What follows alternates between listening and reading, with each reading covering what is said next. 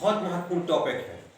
अगर आपको अभाज्य गुणनखंड यानी प्राइम फैक्टर नहीं आते हैं तो आपका मासा नहीं होगा। ठीक, मासा नहीं होगा। इसमें देखो अभाज्य शब्द लिखा है, तो पहले तो हमें अभाज्य संख्या का पता होना चाहिए कि अभाज्य संख्या कहते किसे हैं। जिस संख्या के केवल 2 गुणनखंड होते हैं वो अभाज्य संख्या कहलाती है। और गुणनखंड के बारे में बताना नहीं, गुणनखंड में बता दो। गुणनखंड आप जानते हो, दी गई संख्या में जिन जिन संख्याओं से भाग चला जाता है वे उसके गुणनखंड कहलाते हैं, या अपवर्तक कहलाते हैं, या गुणक कहलाते हैं। 3 नाम, जैसे 2 है, 2 के गुणनखंड, 2 में किस किस से भाग जा रहा है? संख्या 1 से जा रहा है और स्वयं यानी 2 से। तो इतने गुणनखंडों की संख्या कितनी हो गई? 2। देखो 1 और 2। तो देखो गुणनखंडों की संख्या कितनी हो गई? 2। 2 से ज्यादा नहीं है ना। चलिए 3, अब 3 संख्या 3 है अपने पास। ठीक, 3 के गुणनखंड क्या निकाले हैं? गुणनखंड 1 से जाएगा। चूंकि देखो विषम में तो 2 से तो जाएगा ही नहीं। विषम संख्या कभी भी 2 से विभाजित नहीं होती है, क्योंकि विषम संख्या की पहचान क्या होती है? जिस संख्या में 2 से पूरा पूरा भाग चला है वो विषम क्या कहलाती है? सम संख्या। देखो 3 है तो 1 से जाएगा और 3, तो इनके गुणनखंडों की संख्या कितनी हो गई? 2। तो अब देखो 4 लेते हैं, 4 के गुणनखंड, 4 के गुणनखंड 1 से जा रहा, 2 से जा रहा, 4 से जा रहा। अब यहां ध्यान से देखना, गुणनखंडों की संख्या कितनी हो गई? 3। गुणनखंडों की संख्या कितनी हो गई? 3। गुणनखंड की संख्या हो गई है 3। अब देखो अपनी परिभाषा क्या कह रही थी अभाज्य संख्या की? कि जिस संख्या के केवल 2 गुणनखंड होते हैं वो अभाज्य संख्या कहलाती है। लेकिन यहाँ 4 के गुणनखंड 2 से ज्यादा होगा, यानी कितने हो गए? 3। तो ये संख्या कहलाएगी हमारी भाज्य। ठीक, हमें बस इतना ध्यान रखना है बेटा कि जिस संख्या के केवल 2 गुणनखंड वो क्या कहलाएगी? अभाज्य। देखो 5 देखते हैं, 5 के गुणनखंड 1 और 5, 2 है। ये संख्या कैसी कहलाई? अभाज्य। अभाज्य कहलाई ना। तो 5 क्या है? अभाज्य संख्या है ना। अभाज्य। चलो 6 पे चलते हैं। 6 के गुणनखंड, गुणनखंड में तो नहीं हो कंफ्यूज? गुणनखंड को अपवर्तक भी कहते हैं, इसका दूसरा नाम है ना। तो 6 में देखो 1 से जा रहा, 2 से जा रहा, भाग जा रहा कि नहीं? 3 से जा रहा, 3 से जा रहा और 6 से जा रहा। तो यहाँ गुणनखंड की संख्या कितनी हो गई? 4। 2 से ज्यादा हो गई ना। तो अब ये अभाज्य नहीं कहलाएगी संख्या, क्या कहलाएगी? भाज्य कहलाएगी, भाज्य संख्या। ठीक बेटा, क्या हो गई? भाज्य। 7 पे चलते हैं। 7 के गुणनखंड 1 और 7 और कुछ इससे नहीं आया, तो ये क्या हो गई? अभाज्य संख्या, क्योंकि इसके केवल 2 गुणनखंड हैं। अभाज्य संख्या। तो यहाँ तक देखो आप एक चीज तो समझ गए होंगे कि सबसे छोटी अभाज्य संख्या 2 होती है। ये सम भी है और अभाज्य भी है। 2 सबसे छोटी सम संख्या है और 2 सबसे छोटी अभाज्य। ध्यान रखना है इसको, ठीक है। चलो 8 पे चले। 8 के गुणनखंड 1, 2, 4, 8। कितने गुणनखंड हो गए? 4। 2 से ज्यादा हो गए, ये अभाज्य संख्या नहीं है। तो भाज्य, भाग जा रहा बहुत सी संख्या से, ऐसे समझ सकते हो। तो जी 8 क्या हो गई? भाज्य संख्या। क्या हो गई? भाज्य संख्या।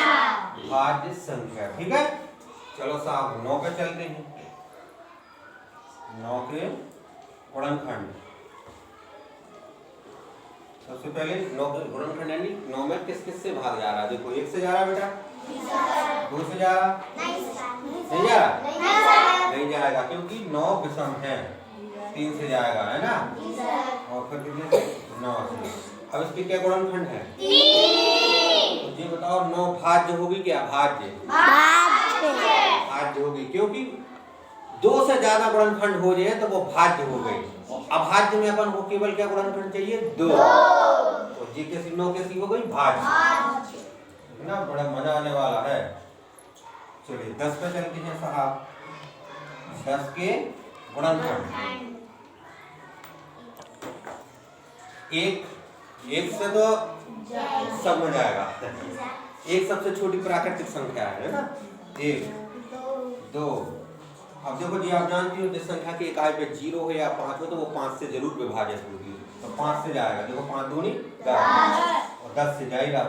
कितने गुणनखंड हो गए? 4, या 4 अपवर्तक हो गए, या 4 गुणक हो गए। 3 नाम है इसके, हैं, ध्यान रखना। तो ये कैसी होगी? भाज्य के अभाज्य? भाज्य। ठीक बेटा, कैसी होगी? भाज्य। अब चलो साहब 11 पे चल रहा है। देखो अब ये 2 अंकन पे आ गए अपन, अब तो एक पे चल रहे थे, अब आ गए 2 अंक पे। इसीलिए तो कहते हैं कि 2 अंकों के गुणनखंड।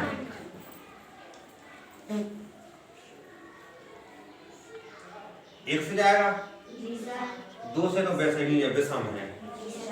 3 से नहीं जाएगा, ये कोई 2 जोड़ ले, 3 से नहीं जा रहा है। 4 से तो वैसे नहीं है, जब 2 से नहीं गया तो 4 से नहीं है, 4 से नहीं है तो 8 से नहीं है। जब 3 से नहीं गया तो 6 से नहीं जाएगा, और जब 6 से नहीं गया तो 3 का 9 से भी नहीं जाएगा। 10 से तो वैसे नहीं गया तो सीधा कितने जाएगा? 11। ये कैसी हो गई? अभाज्य हो गई या नहीं? अब देखो यहाँ आपको एक चीज समझना है बेटा, 2 अंकों की सबसे छोटी अभाज्य संख्या 11। ध्यान रखना, ये आता है, पूछा जाता है। 2 अंकों की सबसे छोटी अभाज्य तो 11 अभाज्य, क्योंकि गुणनखंड 2। पहले तो अभाज्य समझ गए ना, जिसके केवल देखो, जैसे अपन अपनी भाषा में कहते हैं अभागा, जिसके मम्मी पापा खत्म हो गए तो वो कहते हैं अनाथ। ऐसे अभाज्य मम्मी पापा क्या होते हैं? 2, माँ और पिता हो। अभाज्य और अनाथ, अनाथ किसे कहते हैं? जिसके ना तो माँ हो ना पापा हो। इसी प्रकार अभाज्य से ध्यान रखना, जिसके केवल 2 गुणनखंड हो। तो 11 सब 2 अंकन की सबसे छोटी अभाज्य संख्या। 10 2 अंकों की सबसे बड़ी संख्या, कहा कि 9 के बाद 10 लग जाता ना, और 2 अंकन की सबसे बड़ी सम संख्या तो भी 10, और 2 अंकन की सबसे बड़ी 2 अंकों की सबसे छोटी भाज्य संख्या तो 10 आएगी। ये भाज्य है और ये अभाज्य है, क्योंकि इसके देखो 10 के क्या गुणनखंड है? 4। तो जो 2 अंकों की सबसे छोटी भाज्य हो गई। क्लियर है ना जी? और 2 अंकन की सबसे छोटी अभाज्य कितनी है? 11। और 2 अंकन की सबसे छोटी भाज्य 10। और अगर साधारण प्रश्न पूछा जाए 2 अंकन की सबसे छोटी संख्या तो 10 है, काय 9 के बाद 10 ही तो आ दो। चलिए थोड़ा बैक में चलते हैं। 1 अंक की सबसे छोटी अभाज्य संख्या तो 2, और सबसे छोटी अभाज्य संख्या तो 2। ठीक है, सबसे छोटी सम संख्या तो 2। ठीक, अब बात आती है 1 पर। 1 क्या है? ना भाज्य ना अभाज्य। इसका केवल 1 गुणनखंड है। ठीक है ना, ये मर्द में है जो औरत में है, समझ गए? कार में है, समझ गए? ठीक है ठीक है, चलिए उसको आगे। तो ये समझ गए, जो बीच की है। ठीक है, चलो आगे। तो लेकिन वैसे तो है विषम, विषम है, 2 से भाग नहीं जा रहा। 1 सबसे छोटी विषम संख्या 1, और सबसे छोटी प्राकृतिक संख्या 1। ठीक, 1 अंक की सबसे छोटी संख्या 1, 2 अंक की सबसे छोटी संख्या 10। कंफ्यूजन नहीं होना। 1 अंक की कितनी संख्या होती है? 9। ध्यान रखना, जैसे अपन लिखते 1 2 3 4 5 6 7 8 9, बस कितने अंक हैं? देखो 9 है। तो 1 अंक की कुल कितनी संख्या होती है? 9। 2 अंकों की कुल कितनी होती है? 90। 3 अंकों की कुल कितनी संख्या होती है? 900। 4 अंकों की कुल कितनी संख्या होती है? 9000। ध्यान रखना, वो चीज अलग है कि 4 अंकों की बड़ी कंफ्यूजन नहीं हो जाना। ठीक है ना, समझ में आ गया? तो आगे चले। तो हमने देखा एक ना तो भाज्य है ना तो अभाज्य है, ना भाज्य है ना अभाज्य है, ना अभाज्य है। ठीक, तो सबसे छोटी आवाज क्या हो गई? दो। आवाज संख्या समझ गए ना आप? जी सर। समझ गए? जी सर। जिस संख्या के केवल दो गुणनखंड हों उसको अभाज्य कहते हैं। इससे ध्यान रखना। अनाथ, अनाथ से ध्यान रखना, अभाज्य।